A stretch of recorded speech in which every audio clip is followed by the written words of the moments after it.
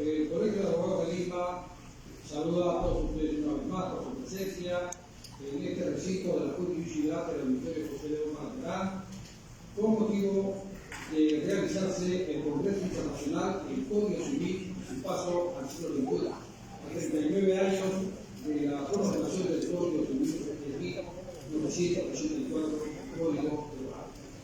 Bien, señoras y señores, nos es sumamente grato en este momento anunciar la palabra al señor presidente del Partido Cubano de la Asociación Internacional de Abogados, el distinguido doctor, el decano del Colegio de Abogados del Callao, el directivo también del Colegio de Abogados de Lima, el señor doctor Jesús Antonio Rivera Padilla. Adelante, maestro.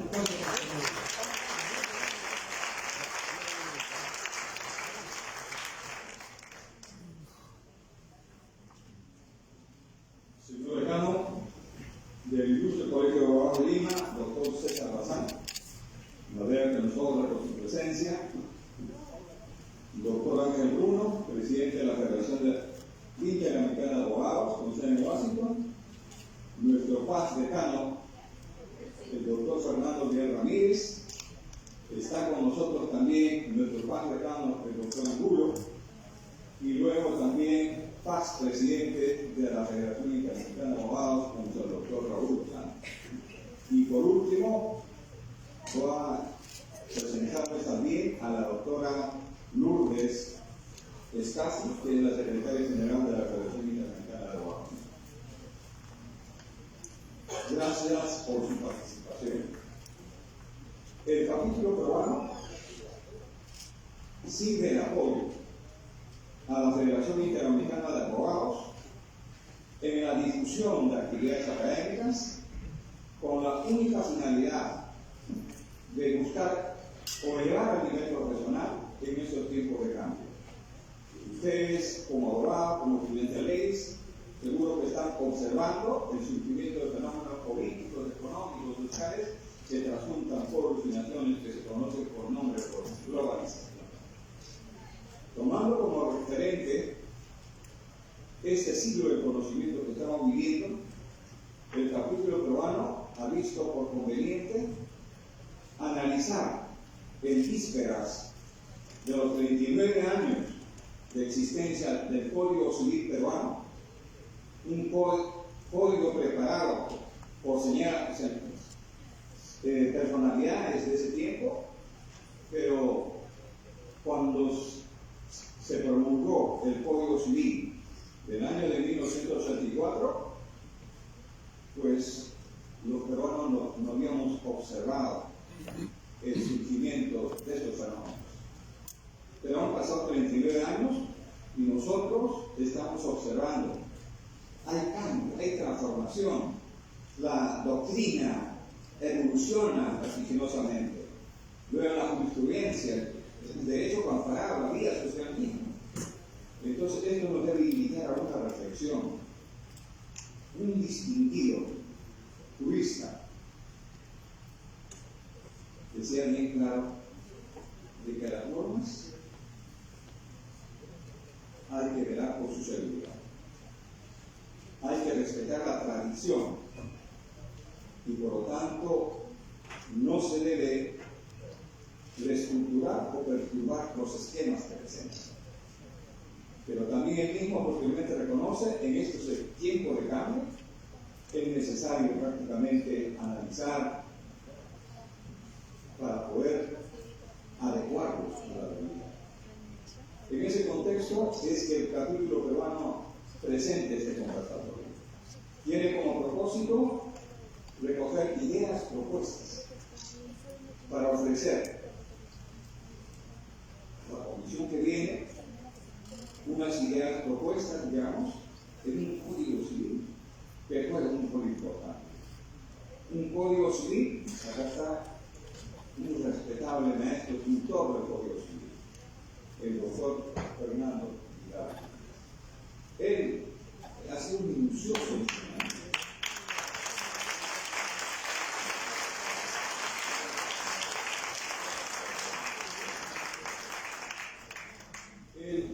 Él dice en el proyecto y los anteproyectos deben ser sujetos a una revisión con delicadeza, y ese análisis prácticamente está en manos de los especialistas.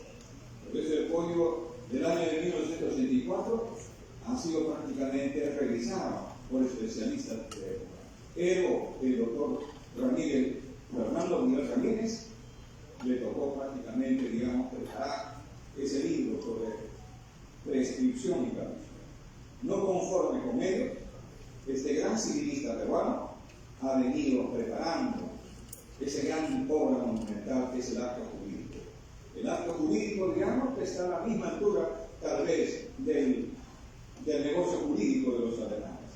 En el Código Civil alemán, prácticamente se regula ya el negocio jurídico. Pero cuando uno ve toda la estructura, va a encontrar que el Código Civil es casi similar, es igual prácticamente a nuestro Código Civil peruano. Por eso el doctor Pierre Ramírez, mis respetos, él está acá presente porque también tiene su corazón. Él es el miembro individual de la CIA.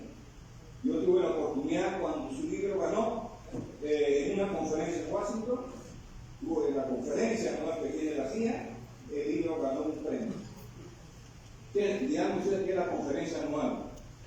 Ya seguramente lo va a explicar con mayor amplitud el presidente de la CIA. Nosotros somos una organización conformada por abogados, estudiantes de leyes, colegios de abogados de América, de Europa, como España, Francia, Italia también, y yo dejo esa parte para el desarrollo indudablemente del presidente. Vean ustedes, y la finalidad única, digamos, de la federación es organizar este tipo de eventos que se organizan. Por ejemplo, un capítulo admirado es el capítulo corto. Mi respeto, presidente. La doctora María Lozano organiza eventos de primer lugar también. Yo creo que la estamos invitando. Cuando uno quiere hacer, lo hace. Pero ahora estamos globalizados, por eso vienen prácticamente las conferencias virtuales y luego también los presenciales. En la presencial está convocada distinguidos especialistas en la materia. Para no cansarlos, ese es el propósito. El propósito es reflexionar un poco acerca de esta monumental obra que tenemos, el Código Civil. Reflexiones finales. Hay una noción que está transformando el ordenamiento jurídico nacional en los últimos tiempos. Transformación sobre la base de la Constitución, fuente de normativa del derecho, ella y la jurisprudencia del Tribunal Constitucional peruano ha penetrado las distintas áreas del derecho, una de ellas es el derecho civil. En efecto, no solo se emplea el control de legalidad para resolver los casos, asuntos de naturaleza civil, que nos someten a nuestra consideración los clientes hoy, hay que emplear también el control de la constitucionalidad y asimismo el control de la convencionalidad para poder defender a nuestro patrocinado de modo eficiente la influencia de los tribunales constitucionales, la influencia de la sentencia de la Corte Interamericana de Derecho permiten tener nuevas respuestas para viejos problemas del derecho civil. Esta tendencia se nota con mayor nitidez cuando se aborda tema de derecho de familia. Gracias al control difuso se pueden resolver problemas de derecho de familia que por solo el código no permite alcanzar la solución esperada, lo que significa que, por ejemplo, el libro de derecho de familia necesita ser examinado con sumo cuidado y sin apresuramiento para compatibilizarlo con las nuevas orientaciones del derecho. Un distinguido profesional ha sostenido con razón suficiente que el derecho civil conservará los elementos de libertad, individualidad, racionalidad, pero lo debe construir en términos contemporáneos, sin las ataduras de la forma jurídica del pasado. El derecho del siglo XXI deberá ser muy realista y muy imaginativo. Muchas gracias.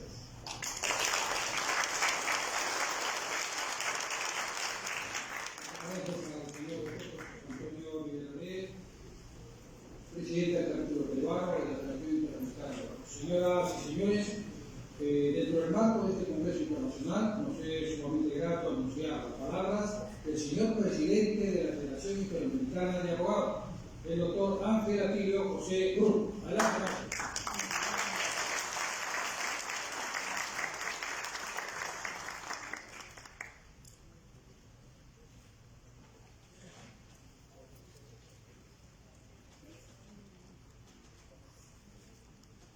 Quiero comenzar agradeciendo muy sinceramente al ilustre Colegio de Abogados de Lima, en la persona de su presidente, el doctor César Bazán, al capítulo peruano de la Federación Interamericana de Abogados, en la persona de su presidente, el doctor Jesús Rivera Oré, por haberme invitado a inaugurar este importantísimo congreso sobre el Código Civil y el siglo XXI.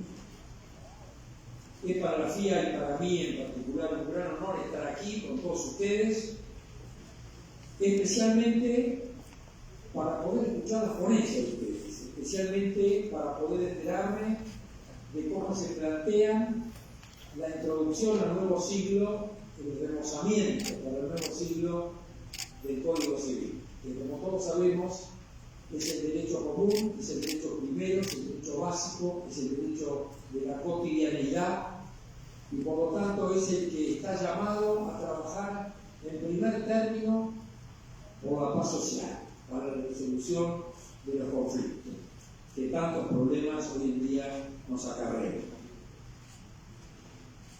Permítanme decirles al inicio algunas pocas palabras sobre la Federación Interamericana de Abogados, que es una organización continental que tiene 83 años de existencia y que nuclea a los abogados y a los colegios de abogados de las 3 Américas y del Caribe, y que tiene algunos principios fundamentales y algunos objetivos centrales, que son la defensa del Estado de Derecho, la defensa de la democracia y la defensa de los derechos humanos, y también el batallar incansablemente para que se logre un cada día más pleno acceso a la justicia, especialmente de parte de los sectores más postergados. También, por supuesto, es un objetivo central de esta organización continental la defensa de la profesión y la defensa de los abogados en particular, cada vez que son perseguidos o cada vez que son mutilados en su legítimo ejercicio de la profesión.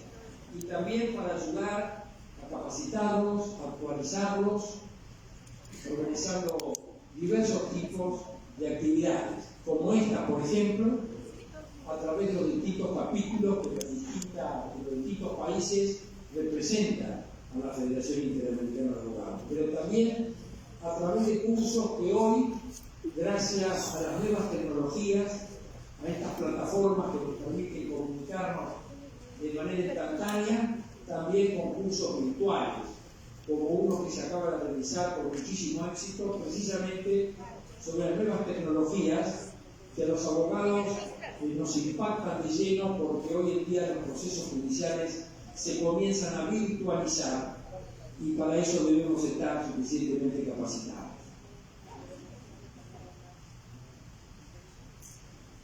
Además de sus órganos de conducción, que son el Comité Ejecutivo, el Consejo y la Asamblea General, la FIA, la Federación Interamericana de Abogados, tiene un trabajo permanente a través de comités que se reúnen por ramas del derecho, pero también por distintos temas, como aquella que nuclea a los colegios de abogados a través del Foro Institucional de la Abogacía, u otros que trabajan específicamente sobre temas centrales como los derechos humanos. Una de las actividades principales de la Federación Interamericana de Abogados es su conferencia anual, donde se exponen distintas ponencias académicas y donde también se someten a consideración de la Asamblea distintos proyectos de resolución sobre temas generales, sobre temas globales. La próxima conferencia va a ser en Río de Janeiro durante los días 3 a 6 de octubre próximo. Y esto es un desafío porque va a ser la vuelta a la presencialidad luego de 3 años que tuvimos que hacer conferencias virtuales por la pandemia que nos afectó a todos.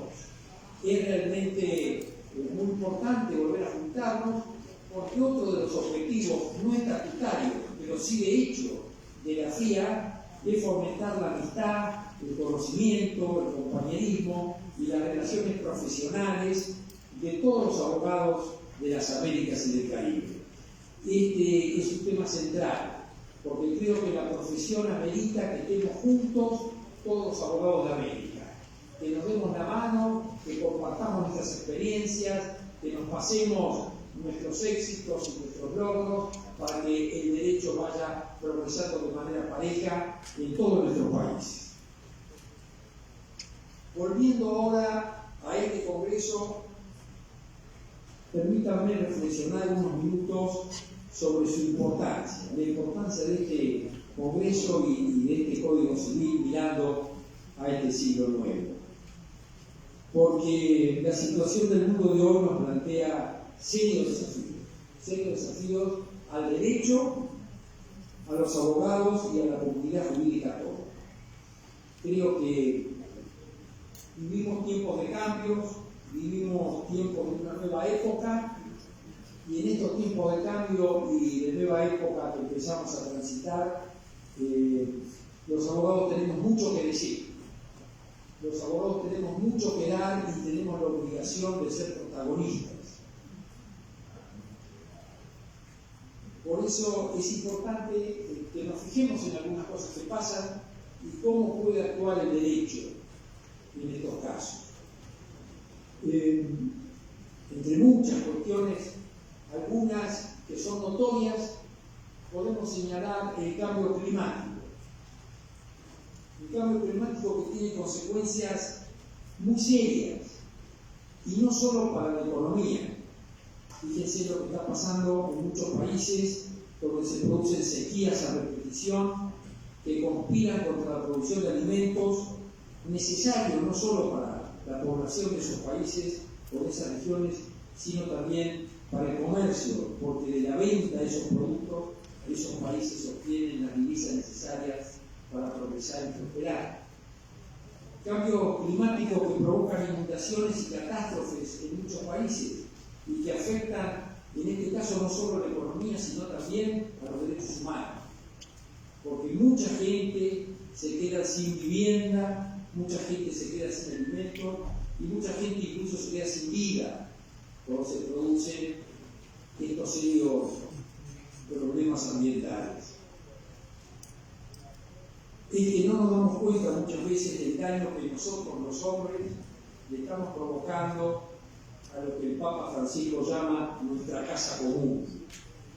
Y tenemos que tomar conciencia, y seria conciencia, de estas cuestiones y saber regularlas. En otro orden de cosas, estamos asistiendo al avance indetenible de las nuevas tecnologías de la inteligencia artificial. Y esto tiene también, como decía antes, una consecuencia inmediata de nuestra profesión. Porque en la mayoría de los países, muchos juicios, muchos litigios se sustancian ahora no yendo personalmente a los juzgados, a los tribunales, sino a través de las plataformas virtuales. Y esto tiende a manifestarse con más fuerza cada vez en más países. Y esto nos compromete a todos horizontalmente. Y esto nos exige capacitar. Pero no solo las nuevas tecnologías y la inteligencia artificial tienen importancia para nuestra profesión, tienen importancia también para un nuevo modelo de vida, tienen importancia para el mundo del trabajo. Y hay quien dice que tiene importancia también para una posible sustitución del hombre, no solo en lo que tiene que ver con esfuerzos de trabajo que pueden hacer los robots, sino también en tesis de pensamiento y de desarrollo de ideas. Y esto nos plantea enormes desafíos y también preocupaciones, por supuesto. También vivimos hoy inmersos en notables conflictos. estamos asistiendo a un mundo muy conflictivo, en algunos casos con conflictos bélicos, explícitamente bélicos, declaradamente bélicos, como lo que está sucediendo en Ucrania, con consecuencias humanas y económicas devastadoras. Todos lo sentimos, todos lo sabemos. Y no solo en Ucrania, en las permanentes agresiones que los países del Medio Oriente sostienen entre sí y que marcan el ritmo muchas veces de las políticas económicas y de las políticas sociales. Pero también hay guerras o conflictos no bélicos, pero claramente y disimuladamente abiertos, como una nueva guerra fría, que hoy se sustancia por posicionamientos geopolíticos para dominar la economía, para dominar sectores estratégicos. Eso también nos afecta a todos, porque obliga al alineamiento en uno u otro bando.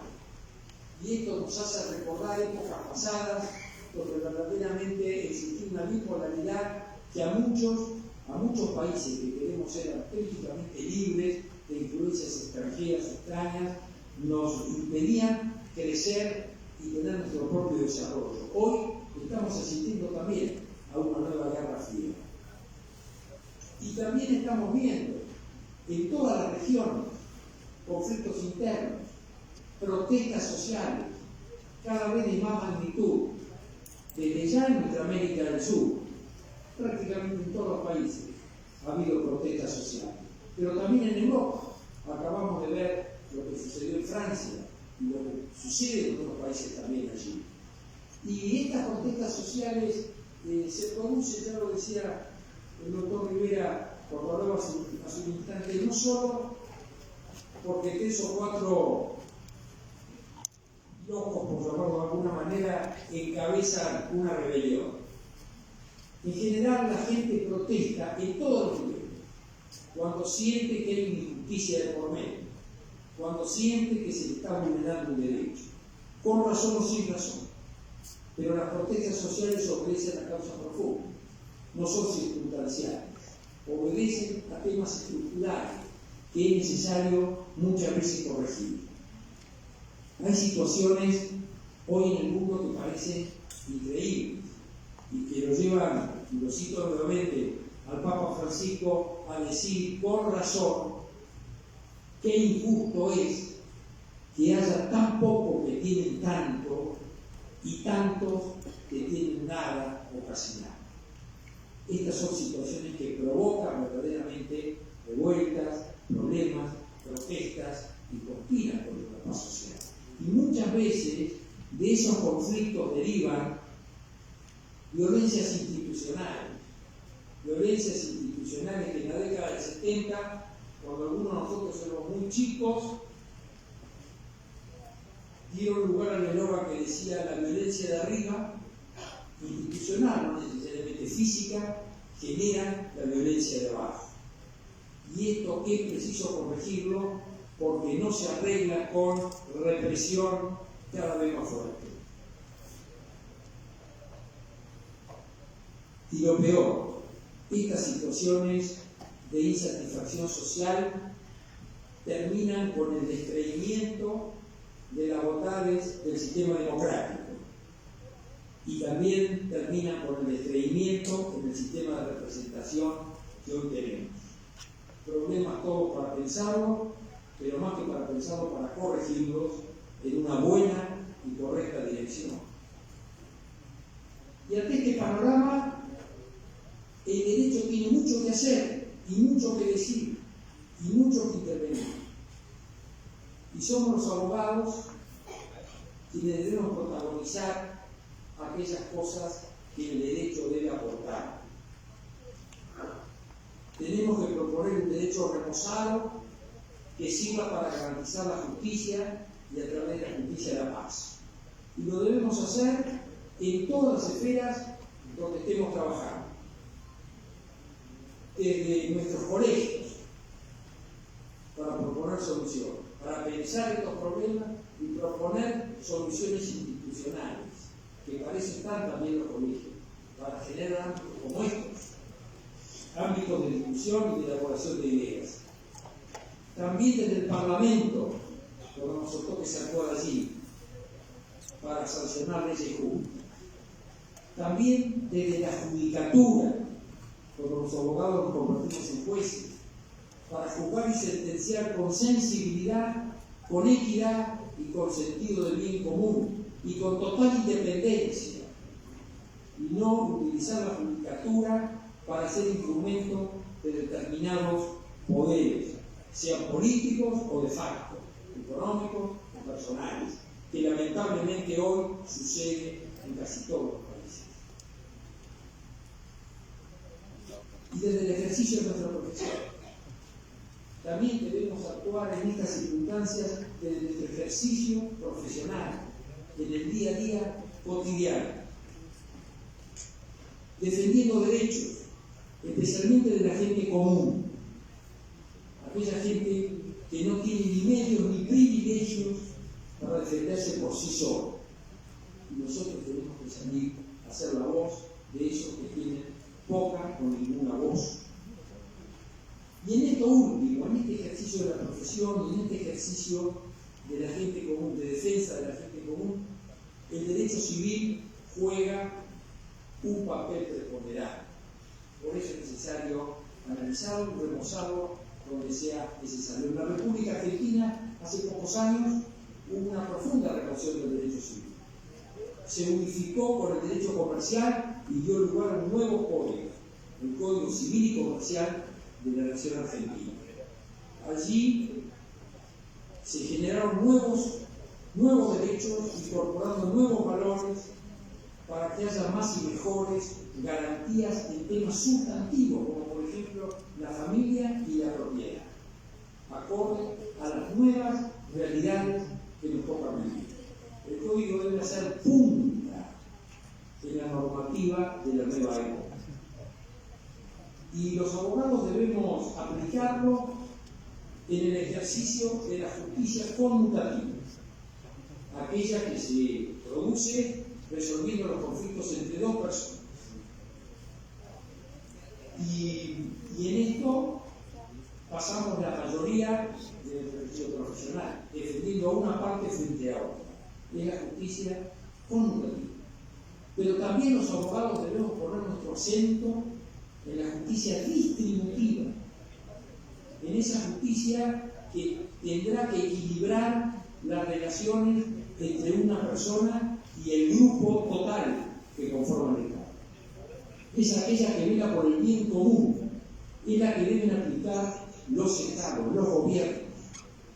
Bien común, que es precisamente el fin del Estado, aquello para lo que el Estado fue creado, para lograr el bienestar de todos, no para otra cosa fue creado el Estado, y que consiste en garantizarle a todos quienes viven en ese Estado que tengan lo mínimo necesario para poder desarrollarse dignamente, que no le falte la salud, el alimento, la vivienda, la educación, la seguridad. Todo eso en una convivencia armónica, con igualdad, con inclusión y con participación, basada en dos principios fundamentales de la convivencia: la ayuda mutua y la solidaridad. Sin ayuda mutua y sin solidaridad no puede haber una convivencia verdadera.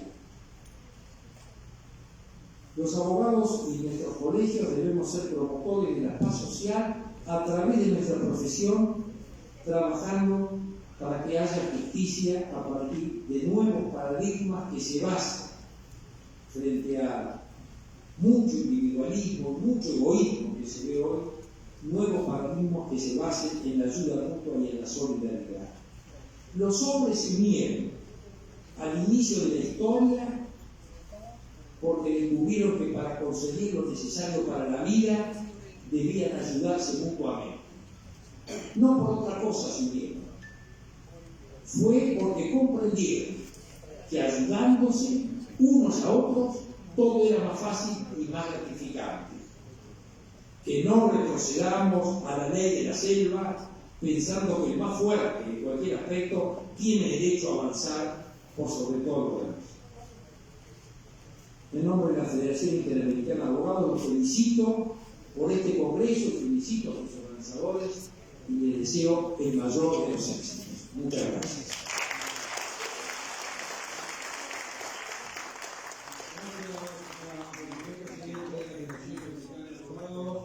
El doctor Angelito Bruno, por sus palabras dentro del marco del congreso. Señoras y señores, el mensaje del señor decano del Colegio de Abogados de Lima, el doctor César Bazán Navé. Adelante.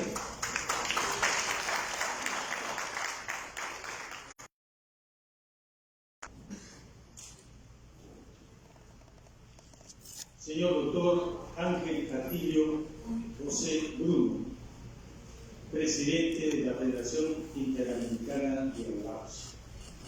Señor doctor Jesús Rivero Lee, presidente del capítulo peruano de la FIA.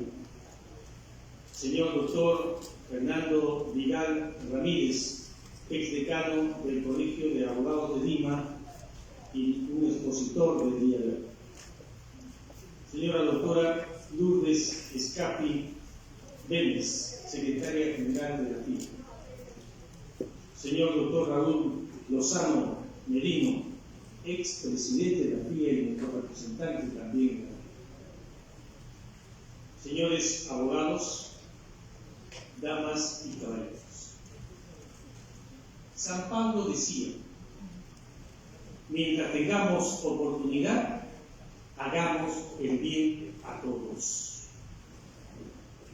Y esa es la finalidad de las leyes, que podamos tener entre los seres humanos una relación que impida que unos se aprovechen de otros, que tengamos una relación pacífica, fructífera. El Código Civil peruano de 1984 ha sido precedido por dos códigos anteriores. Cuando se declara la independencia de Perú en el año 1821, regían las leyes de Núñez.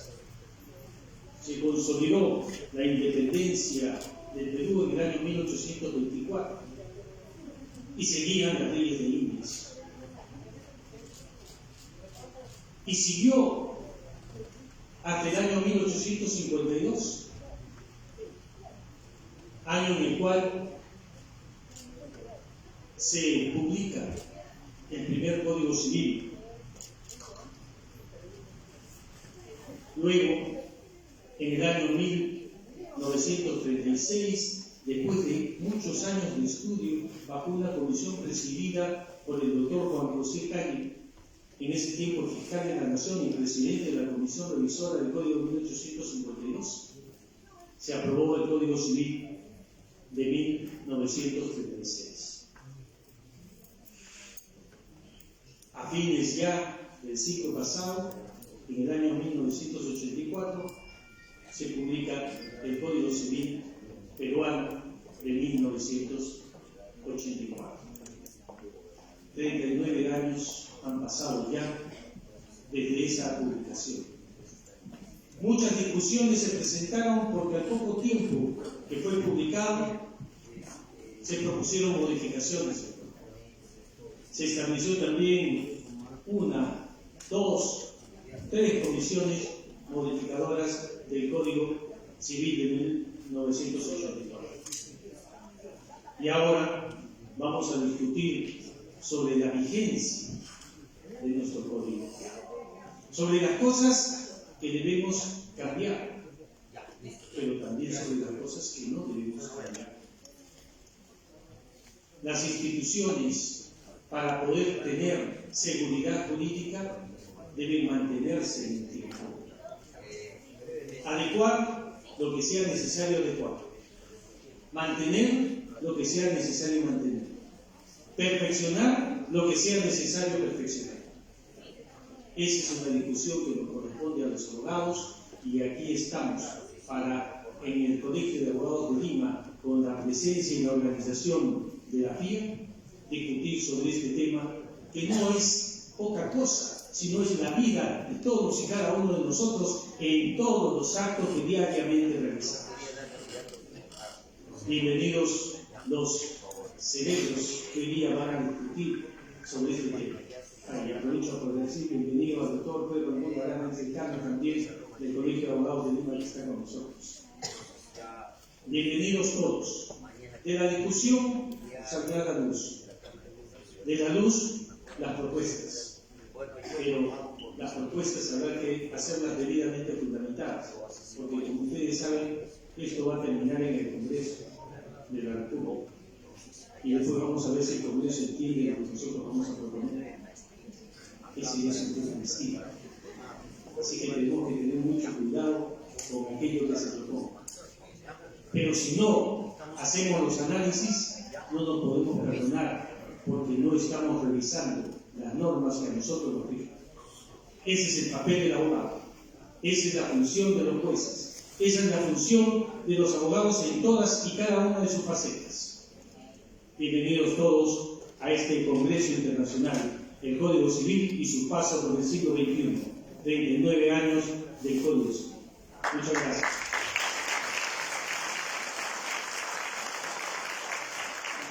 Señor presidente de la FIA, porque tengo otro evento que también tengo que inaugurar en este momento. Así que me excuso y luego voy a regresar para poder escuchar todo. Buenas noches. Permiso.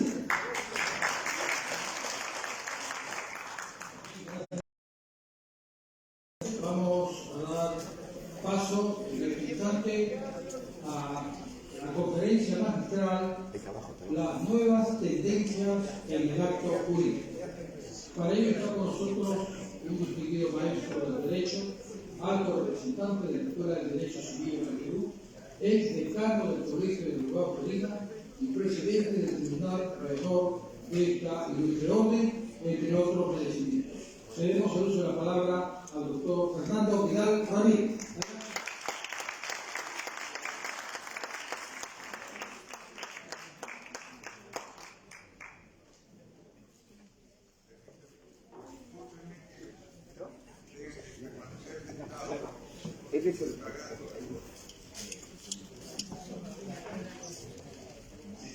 Decía que, discúlpeme, pero voy a hacer la exposición, no la puedo hacer de pie, estoy pagando la factura y me he pasado por prisión al cubo.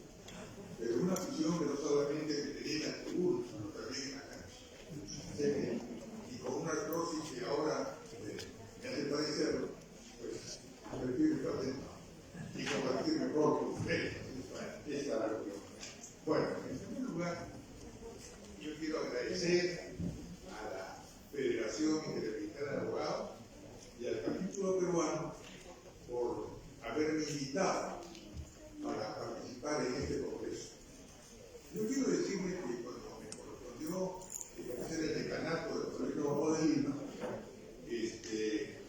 gracias a la mediación y a la incansable promoción de nuestro amigo el doctor Raúl Lozano Merino, que ahora presente, el colegio se acercó y se unió la Federación Interamericana de Abogados. Incluso yo como decano he participado en varias ocasiones en el de Cerro, también hemos estado en Buenos Aires, hemos estado en Quito, hemos estado en San José de Costa Rica, hemos estado en la República Dominicana, ¿no? Y ha habido pues una unión muy sólida entre el Colegio de Abogados de Lima y la Federación Interamericana. Incluso el Colegio de Abogados de Lima fue anfitrión de una de las conferencias anuales que realiza la FIA.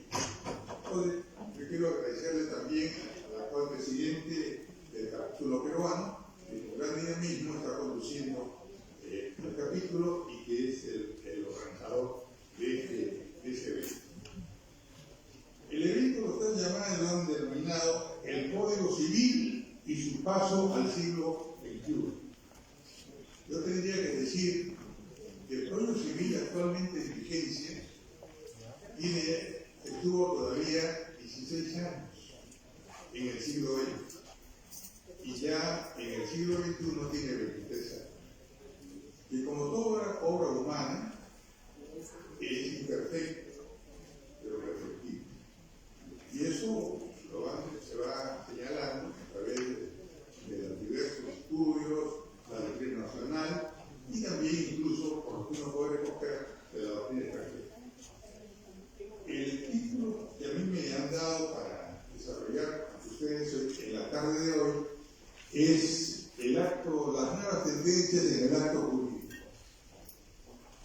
Yo voy a señalar en primer lugar que es difícil que los conceptos que sustentan al acto jurídico puedan ser materia de tendencias. Yo creo que los conceptos básicos que sustentan al acto jurídico son invariables. Uno de ellos es, por ejemplo, la autonomía de la voluntad. Y la autonomía de la voluntad que se refleja en la libertad individual, yo creo que no puede ser variable. Y además es la fuerza que le da al ser humano para entablar sus relaciones jurídicas. El Código Civil peruano de 1984 es el tercer código con vigencia real y efectiva en la historia de la codificación civil. Ya lo señalaba anteriormente el decano del colegio, que nuestro primer código civil de vigencia real y efectiva fue el código de 1852, que fue derogado años después por el Código Civil promulgado en 1936. En este interín, usted sabe perfectamente que el sistema jurídico que corresponde al Perú y a los hermanos países de Sudamérica y en general de Hispanoamérica o de Latinoamérica es el sistema romano. Nosotros estamos dentro del sistema romano. En consecuencia, lo remoto de los antecedentes sobre las instituciones jurídicas ya modernizadas es el derecho romano. Y de ahí es como ha surgido la codificación civil, que fue consecuencia de un fenómeno que se conoce como la recepción del derecho romano y que tuvo su mayor expresión cuando Europa comienza la era de la codificación, con el código más importante, que es el Código Civil francés de 1804, el llamado Código Napoleón. Según se recuerda, hay un código anterior, que fue el Código de Cruz, pero el código que influyó en América Latina y cuando se inicia la codificación en los países fue indudablemente el Código francés de 1804. Cuando se hacen los trabajos para redactar un nuevo código, que fue el Código de 1936, ya había nacido otro código que junto con el francés forman hitos importantísimos en la historia de la codificación civil.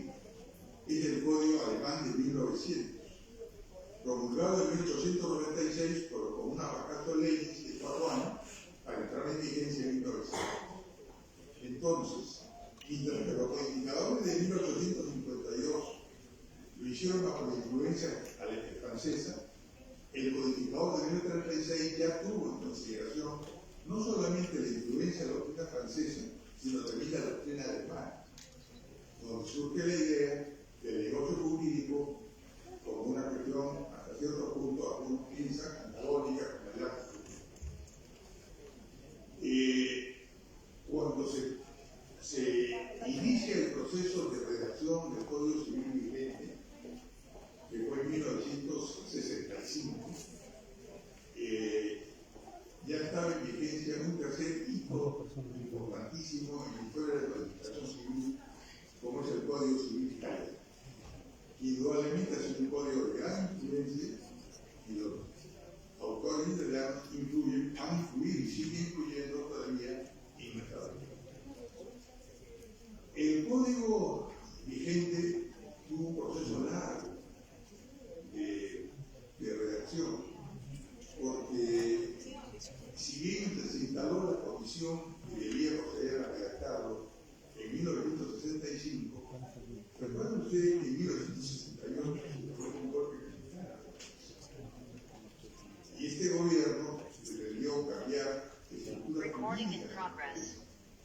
Recuerden, son mayores, que hubo pues el proceso de reforma agraria, hubo un proceso de reforma urbana, un proceso de reforma de empresas, no solamente por los principios que se cargan de la reforma agraria, sino también de la reforma urbana, y a las empresas en cuanto a la creación de las llamadas comunidades al interior del país.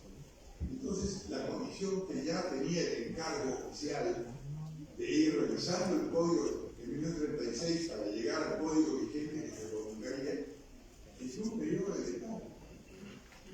Ustedes saben, la política es cambiante, es dinámica, y si bien el gobierno mexicano estuvo varios años, durante ese periodo prácticamente los juristas integrábamos la comisión reformadora, debimos entrar en una etapa de una vacación, para decirlo, una vacación.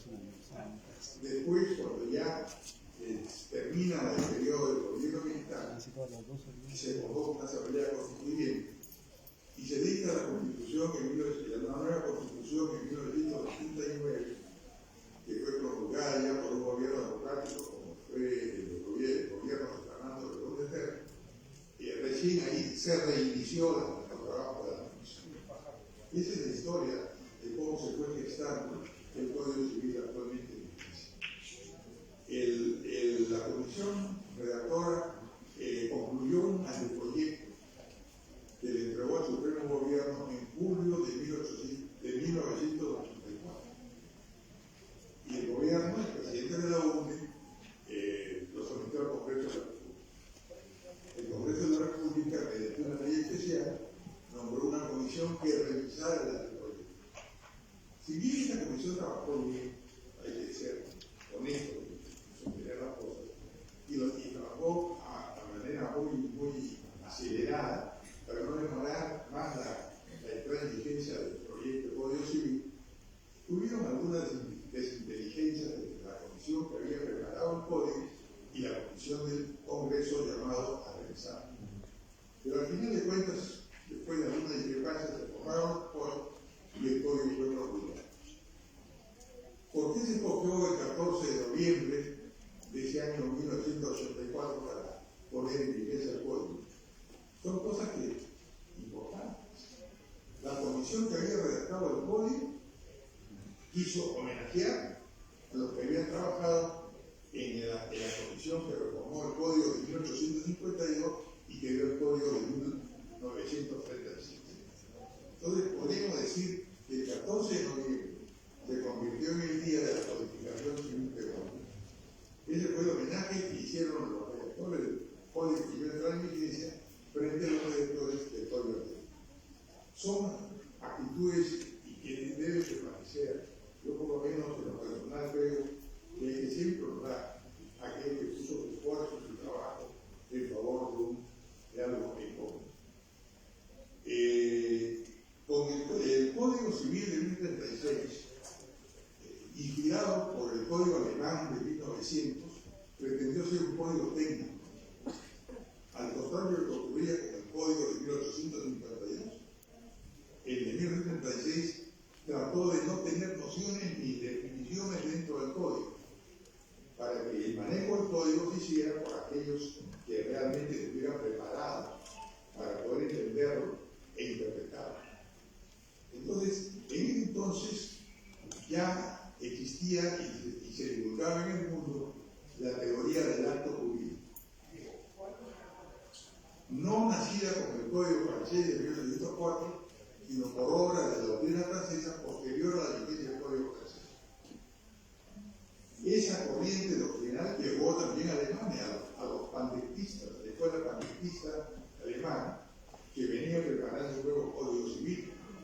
Y entonces encontraron el negocio juris, el negocio jurídico, y lo incorporaron a las normas del Código Civil de Alemania. Si el Código Civil alemán tenía ya influencia en ese momento, los que preparaban el Código de 1936 no podían menos que incorporar el acto jurídico a la normativa del Código. Y aquí viene algo que yo quiero hacer en especial énfasis. El autor de la incorporación del concepto de acto jurídico a nuestra codificación civil, al Código Civil de 1936, fue el doctor Manuel Augusto de Achea. Y según sus propias exposiciones de motivos y una obra que lamentablemente no la desarrolló, el concepto de acto jurídico fue tomado de la obra de Vélez Sartre, que se expresó en el Código Civil argentino de 1871, concretamente el artículo 944 del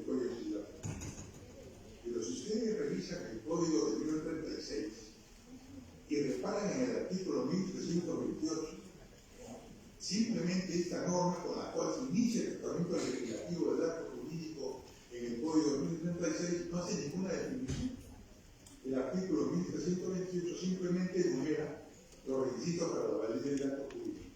Hasta ahí la influencia formal. Entonces, si bien Olaechea fue el gran introductor del proceso de acto jurídico en nuestra codificación, quien fue realmente el constructor teórico definitorio de este concepto fue el doctor José León Barandán, en cuyo homenaje a esta autoría se le ha dado su nombre. El gran maestro León Barandán. Y yo tuve la suerte de tenerlo como profesor primero y considerarme discípulo de él, porque incluso heredé la cátedra de acto jurídico en la Universidad de Panamá. León Barandán es el que desarrolla toda la cuestión relativa al acto jurídico y el, como acabamos de señalar, es el gran constructor teórico del concepto de acto jurídico. O sea, entender el acto jurídico como un acto de voluntad, voluntario, a través de una manifestación de esa voluntad para generar relaciones jurídicas. El maestro León Barandán fue miembro de la comisión que redactó el Código de 1984 y fue el gran mentor de la reforma. Y obviamente a él se le encargó la redacción del articulado correspondiente al acto jurídico. El doctor León Barandán pensó que al acto jurídico habría que darle mayor relevancia, porque en el Código del 1936 estaba legislado en el libro de las obligaciones. León Barandán sostuvo siempre que el acto jurídico, si bien tenía que ver con las obligaciones subsecuentes, ahí no se agotaba la aplicación del acto jurídico, la teoría del acto jurídico. Y entonces formuló la idea y tuvo consecuencias, como se hace claro, llevar el tratamiento legislativo del acto jurídico a un libro especial. Es el libro segundo. Dentro del orden lógico en que está estructurado el Código Civil, el libro primero, personas, segundo, el libro segundo, acto jurídico. Pensando que el acto jurídico tendría que ser un concepto lo más amplio y general, que pudiera estar por encima de cualquier otro concepto, porque el acto jurídico se basa, ahora desde luego, y se llega basando, creo que no puede haber tendencia que lo elimine sobre la autonomía de la vida. Entonces, el acto jurídico se basa estrictamente en la autonomía de la voluntad, entendida como la libertad individual. Y eso hizo que el doctor León Barandán propusiera el artículo correspondiente, que es el artículo 140 del actual código. En dos líneas señala el concepto del acto jurídico. El acto jurídico, dice el artículo 140, es una manifestación de voluntad destinada a crear, regular, modificar o extinguir relaciones jurídicas. Ahí está todo. De esas dos líneas hay un gran contenido muy rico conceptual, porque a través de esas dos líneas hay que ver qué cosa es la manifestación de voluntad, en qué consiste la manifestación de voluntad. Y eso nos tiene que llevar entonces a ver que todo ser humano, por el hecho de ser humano, tenemos voluntad. Lo que caracteriza a la persona humana es la voluntad. Si bien se ha llevado a la persona que es la persona jurídica, se encuentra, no voy a ocuparme ahora de eso, a través de la teoría orgánica de la voluntad de la persona jurídica, que se expresa a través de sus órganos. Pero, yendo concretamente a la manifestación de voluntad, esto supone diferenciar. Si todo ser humano tiene voluntad, entonces diferenciar lo que viene a ser la voluntad interna, que es lo que el sujeto quiere y persigue con la celebración del acto jurídico, entendido por acto jurídico todos los contratos, el matrimonio, el testamento y cualquier acto de voluntad destinado a crear relaciones jurídicas. Entonces, en ejercicio de la autonomía de la voluntad, a manifestar su voluntad. Entonces, en realidad, la manifestación de voluntad es una voluntad exteriorizada, debe ser consecuente con la voluntad interna que se ha formado. Este proceso de formación que podemos